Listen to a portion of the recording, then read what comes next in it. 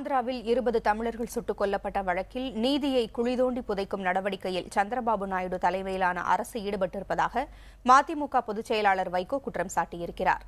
மதுரையில் செய்தியாளர்களுக்கு பேட்டியளித்த அவர், ஆந்திர சிறப்பு புலனாய்வு பிரிவு காவல்துறைக்கு தமிழக காவல்துறை உடந்தையாக இருப்பதாகவும், இந்த படுகொலைகளை செய்தவர்கள் தப்பிக்காத வகையில் அனைத்து நடவடிக்கைகளும் எடுக்கப்பட வேண்டும் என்றும் கேட்டுக் கொண்டார்.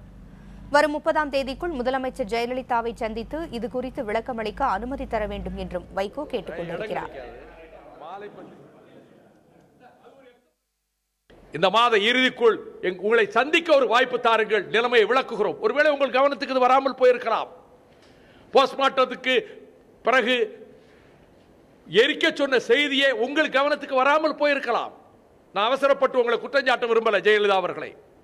உங்கள் கவனத்துக்கு வராமலே தமிழ்நாடு போலீஸ் ஆந்திர போலீஸோடு கைகோர்த்து கொண்டு ஆந்திர போலீஸுக்கு உடந்தையாக இருந்து புதைக்கக்கூடாது, எரிக்கணும் வற்புறுத்துறது உங்கள் கவனத்துக்கு வராமல் இருந்திருக்கலாம். இப்போ உங்க கவனத்துக்கு கொண்டு வரேன்.